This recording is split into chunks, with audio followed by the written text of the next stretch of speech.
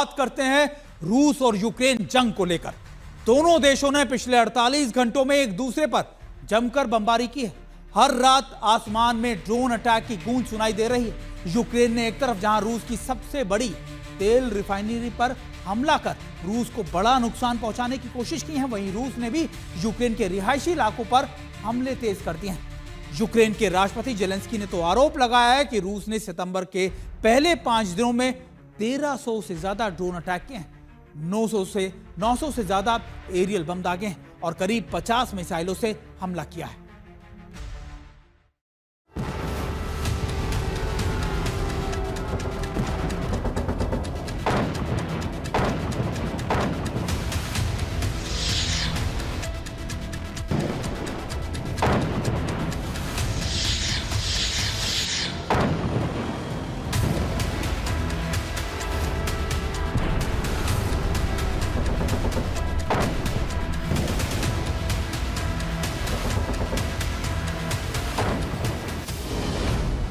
Ukraine ने रूस में मचाई भारी तबाही। ड्रोन अटैक से जलाई रूस की तेल रिफाइनरी। आसमान को छूते आग के शोले रूस की रियाजन ऑयल रिफाइनरी की तबाही के वो निशान हैं जो धब्बे की तरह उसकी अर्थव्यवस्था पर लग गए।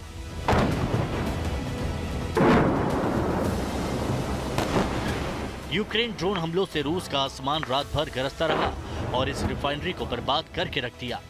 ये रूस की सबसे बड़ी तेल रिफाइनरी में शामिल थी। आप इन तस्वीरों से अंदाजा लगा सकते हैं कि तबाही किस कदर मची होगी।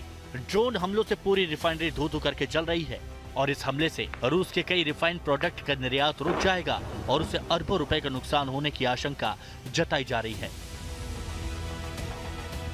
इतना ही नहीं, यूक्रेन की सेना ने कलुगा और रूस के कब्जे वाले इलाके लुहांस्क में भी धमाकों के दावे किए।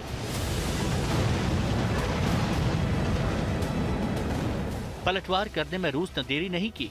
सेंट्रल यूक्रेन के किरोवोहरादास्का इलाके में उसकी बमबारी ने घरों को तबाह करके रख दिया। यूक्रेन का आरोप है कि रूस ने उसके रिहायशी इलाकों पर ड्रोन से हमले किए, हालांकि उसने दुश्मन के 121 हमलों को नाकाम कर दिया।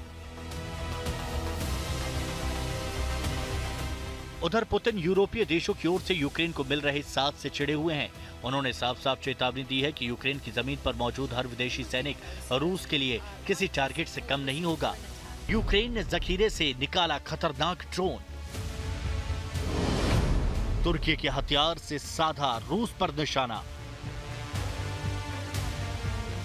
उधर यूक्रेन ने अपने जखीरे से फेरे खतरनाक हथियार निकाल लिया है। इसका नाम है TB2। ये तुर्की का बेरफ्तार ड्रोन है। इसके जरिए इसी हफ्ते यूक्रेन ने रूसी सेना पर हमले किए हैं। सबसे ताजा अटैक ब्लैक सी तट पर रूसी सेना की नाव पर हुआ, जिसमें कई सैनिकों की मौत हो गई।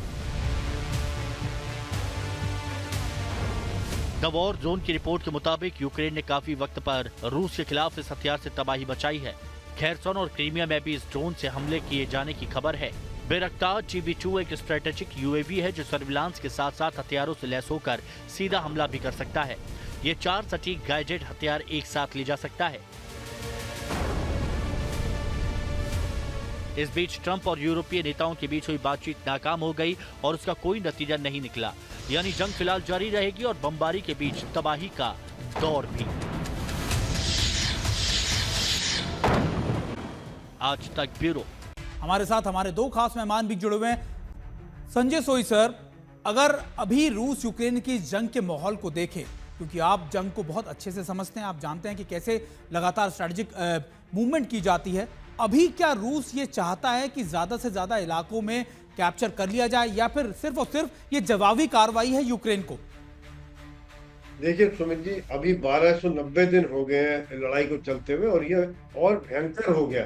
2 तरह की चीजें देखी जाए। रशिया जो ईस्टर्न यूरोप को यूक्रेन को कब्जा किया, डोनबास का इलाका, लुहांस का इलाका, उसको कंसोलिडेट कर उसको सुरक्षित करता जा रहा है ताकि उसका एक लिंक बना रहे नीचे बाल्टिक सी की तरफ, जो क्रीमिया के साथ लिंक बन जाए और उसका वार्म वाटर की तरफ एक्सेस हो जाए। उधर से यूक्रेन जो हमले कर रहा है वो रशिया के, आपने कुछ दिनों से देखा होगा कि उसके एनर्जी पे, तेल रिफाइनरीज पर हमले कर रहा है, क्योंकि उनका ये मानना है कि जो लगातार रशिया तेल सेल कर रहा है इसके द्वारा ही वो लड़ाई सस्टेन कर पा रहा है। तो लगातार वो काफी भयंकर ड्रोन के द्वारा उन्होंने बहुत रिफाइनरीज पर हमला किया। अभी जो रजायान के ऊपर हमला दिखा रहे, ये भी एक काफी खतरनाक हुआ। इससे अब रशिया की जो नुकसान हो रहे हैं, वो मशीनरी रिपेयर करने में भी रशिया को बड़ा चैलेंज आ रहा है, क्योंकि मशीनरी की रिपेयर पाए तो उसको टाइम लगता है, वापस उसको ऑन रोड करने में समय लग रहा है। इस समय में सिचुएशन ये हो रही है कि रशिया के अंदर भी ऑयल की शॉर्टेज कभी कभी महसूस की जा रही है।